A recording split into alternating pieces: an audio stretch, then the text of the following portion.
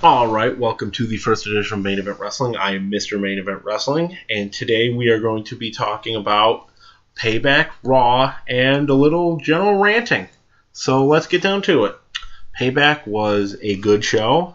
Started with Sheamus versus Cesaro in a match of two people who should be the opposite of what they are, because Sheamus should be a heel and Cesaro should be a babyface, but they have them reversed.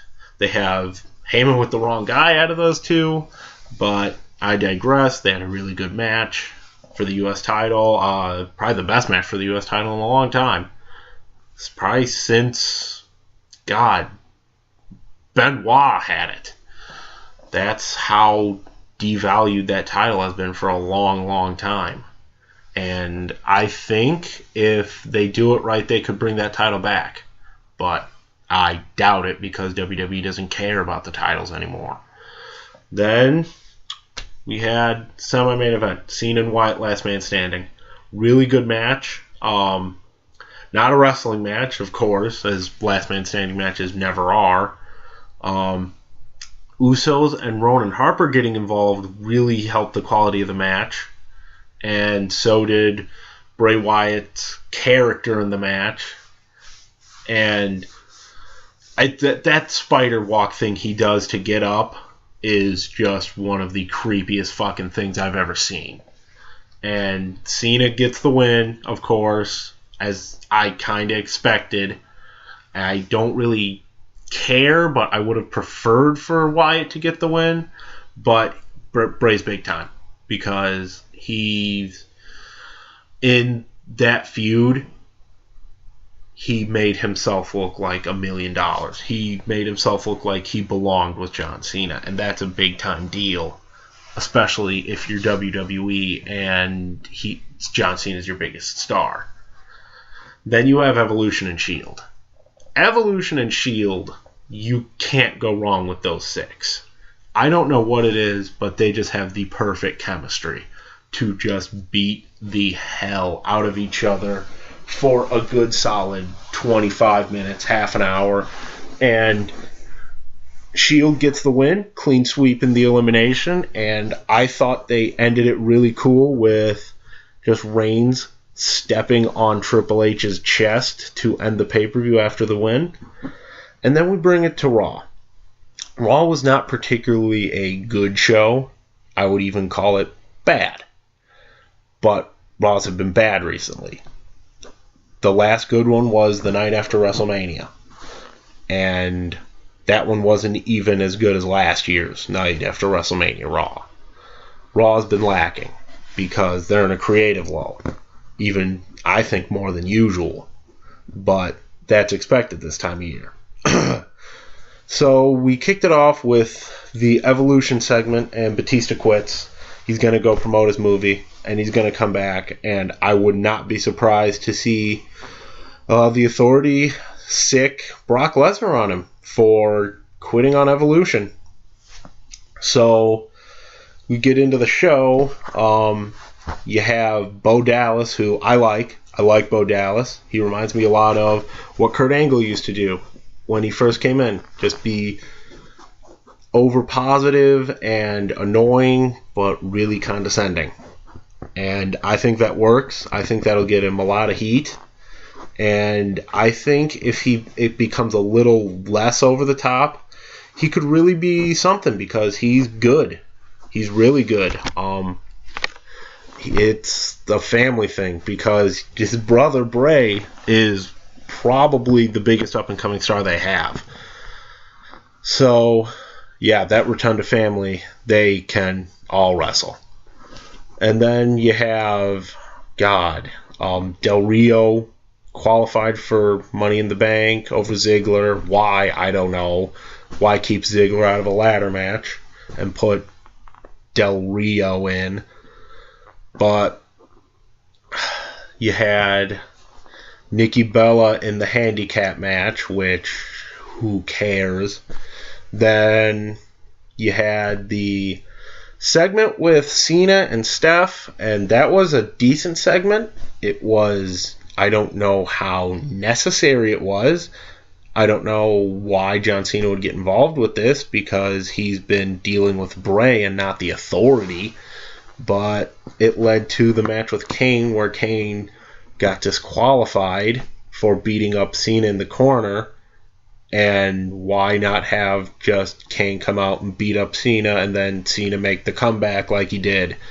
Why make it a match? Why waste our time?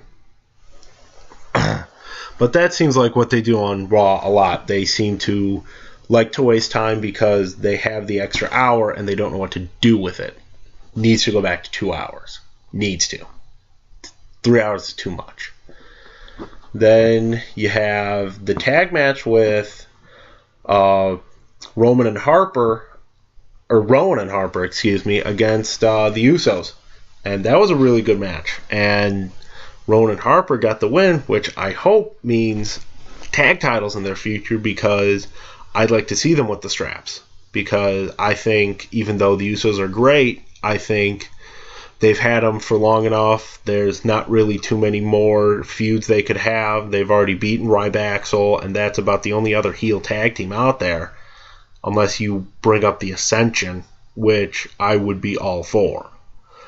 And then you have the main event segment, set up earlier in the night by Randy Orton saying that he was going to have a match with Roman Reigns. And so Shield come out there, all three of them come out there, because they knew that Randy wasn't going to come out alone. It's Evolution. They don't come out alone. And you have, after the Shield come out, Evolution come out, Triple H cut a promo, and then right after Triple H says, I've got plan B all the time, you have Seth Rollins beat the hell out of Reigns and Ambrose with a chair, and that surprised me because I didn't think they were going to break them up this soon. And I thought if they were going to have anyone turn heel, it would have been Ambrose and Rollins, or just Ambrose. But nonetheless, it happened. We have 3 Evolution members again after having 2 after the first segment. So where does this leave the Shield? They're down 3-2 in this. So either they're going to get another member, or they're going to have 3-2 handicap matches, or it's going to have less Triple H in it, which I don't think is a bad thing, because I think Triple H should more focus on the backstage element instead of being in the ring. I'm not saying he should not be in the ring, but I'm saying he should be in the ring less. But I'm really interested to see where this goes, and that was about the only thing I was interested about Raw. And that brings me to all that Raw could have. There's Adam Rose on Raw. Notice I didn't talk about that. I do not like Adam Rose. I think it's a stupid gimmick. I think it's not going to get over. It obviously hasn't so far. In America, the only place it was over was England, and that's because he's English. That's it. That's the only reason. You can put any gimmick on an English wrestler, and England will cheer for them. But it's really stupid to me that they bring him up and leave a guy like Sami Zayn, who's a fantastic veteran wrestler, down in NXT. And that's why I like watching NXT, because it has a lot of guys who maybe should be up on the main roster, like a Sami Zayn, like the Ascension, like Adrian Neville, like even Tyler Breeze. The Ascension and Tyler Breeze are 2 very hidden gems on that show, because the Ascension might be the best tag team signed on WWE right now. They definitely have the best tag team finisher, the Fall of Man. That thing looks like it could break your damn neck. They have a great combination of power and finesse, and you can put them in there with just about any tag team on the roster right now, and they would have good matches. Because let's say you put them in there with the Shield, with Reigns, and Ambrose. You have Connor and Reigns go at it with the powerhouses, and then you have Victor and Ambrose go at it. You have, again, perfect. Just perfect. Unless they don't have chemistry, that feud would make money. And you could bring up Sami Zayn and Tyler Breeze to feud for the mid-card titles. Again, bam, money. Good matches equals money. Make the feuds matter. Bam. I don't think it's that hard to do, and I don't see why they're not doing it. And then you have TNA. TNA, it's a lost cause. Because, A, if they can't get back on Spike TV or anywhere else, they're fucked. Because if you don't have TV, you're done. Because no one's going to see you, no one's going to buy your pay-per-views, you're done. And after those New York tapings, they're off Spike TV. Unless they sign back to a new deal, which they haven't yet, and clocks are ticking. And they need to prove to Spike TV that they are not a below second-rate wrestling company, and they haven't done that for a long, long time. You can't try and copy things WWE does and be successful. You can't do that. You don't have the money to do that. You don't have the people to do that. You don't have that style of roster. You have the style of roster to have a good in-ring product with very short but to the point good promos. But you can't try to be WWE light.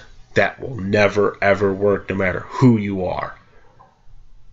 The fact that they had their bearded wrestler win the title and then start feuding with the heel authority figure is just so blatantly ripping off Daniel Bryan.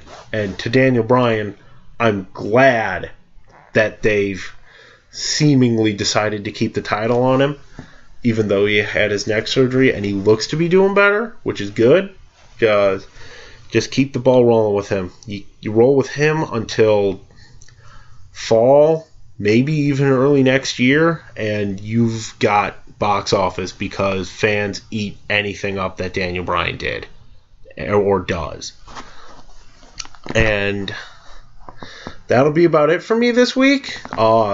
Subscribe to me, like the video, share it with your friends, comment questions. I'll take questions, I'll answer questions. I will answer any question you give on here or in my inbox. And subscribe to Good Mic Work. He's a great fellow YouTube wrestling commentator. He's very insightful. He's an older fan, so he knows the ins and outs of the business, and he can see it from a very neutral standpoint. And subscribe to Aaron Rift. He runs a great website over at NoDQ.com. They're a wrestling news website, and they're the best out there. And he does good videos, and he knows what he's talking about. So until next week,